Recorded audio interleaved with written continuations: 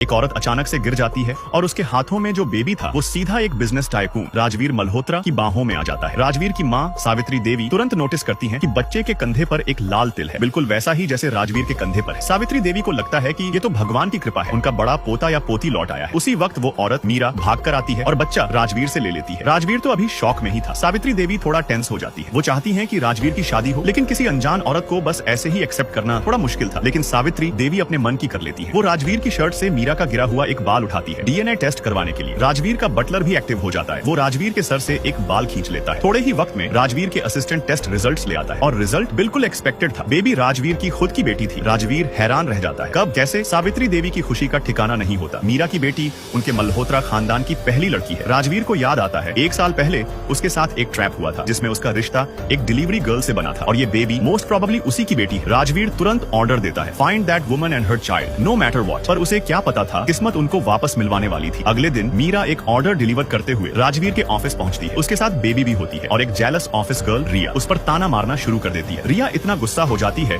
कि मीरा को धक्का दे देती है। लकीली राजवीर वहां आ जाता है और रिया को ठीक से डांटता है। मीरा तुरंत बेबी को लेकर निकल जाती है, पर राजवीर को कुछ फील होता है, ये औरत कल वाली ही तो नहीं। वो असिस्टेंट को बुलाता है, फॉरगेट दिस, कल से मीरा हमारे यहाँ जॉब ज्वाइन करेगी। मीरा पहले मना करती है, पर जब राजवीर उसे 30,000 रुपए महीना और अपने साथ बेबी लाने की परमिशन देता है तो वो मान जाती है। राजवीर कहते हैं, तुम्हारी बेटी और मेरी बेटी लगभग एक ही उम्र की है, तुम्हारी हेल्प चाहिए। मीरा एग्री कर लेती है, मैं आपकी बेटी को अपनी बेटी की तरह संभालूंगी। अगली सुबह मीरा ऑफिस में बेबी के साथ आती है। ऑफिस के सभी लोग बेबी को देखकर खुश हो जाते हैं, लेकिन रिया वापस आ जाती है, ताना मारते हुए कहती है, क्यूट होने से क्या होता है, जब माँ ही लूजर हो तो ये बच्ची भी जिंदगी भर नीचे ही रहेगी। उसकी बात सुन के बेबी डर जाती है और रो पड़ती है। मीरा तुरंत उसे उठाती है। एक कलीग हेल्प करने आती है, पर मीरा पोलाइटली मना कर देती है, सॉरी आप परफ्यूम लगा के आए हो ना, मेरी बेटी को हार्ट कंडीशन है, उससे दिक्कत हो सकती है। रिया ये बात सुन लेती है और उसके दिमाग में रिवेंज का प्लान बन जाता है। लंच टाइम में मीरा मिल्क प्रिपेयर कर रही होती है, तभी एक कलीग आके कहता है, बेबी बेहोश हो गई है। मीरा तुरंत हॉस्पिटल भागती है। राजवीर को भी पता चल जाता है। उसे ये सुन के शॉक लगता है, बेबी के पास भी वही हार्ट डिजीज है जो उसके पास है। राजवीर तुरंत हॉस्पिटल पहुंचता है। डॉक्टर बोलता है, रेयर ब्लड ग्रुप चाहिए, बॉम्बे ब्लड ग्रुप। अनाउंसमेंट होता है। राजवीर तुरंत वॉलंटियर करता है। नर्स कहती है, सर ब्लड रिलेशन हो तो ब्लड नहीं दिया जा सकता। राजवीर शॉक हो जाता है, क्या। उस रात राजवीर एक्सेप्ट कर लेता है, वो मेरी बेटी है और मीरा उसकी माँ। पर जब वो रूम में पहुंचता है, मीरा और बेबी दोनों गायब होते हैं, क्योंकि उसी वक्त मीरा के मामा रघुनाथ हॉस्पिटल पहुंच जाते हैं। वो चाहते हैं मीरा को किसी बुजुर्ग आदमी से शादी करवा के पैसा कमाना। राजवीर नीचे पहुंचता है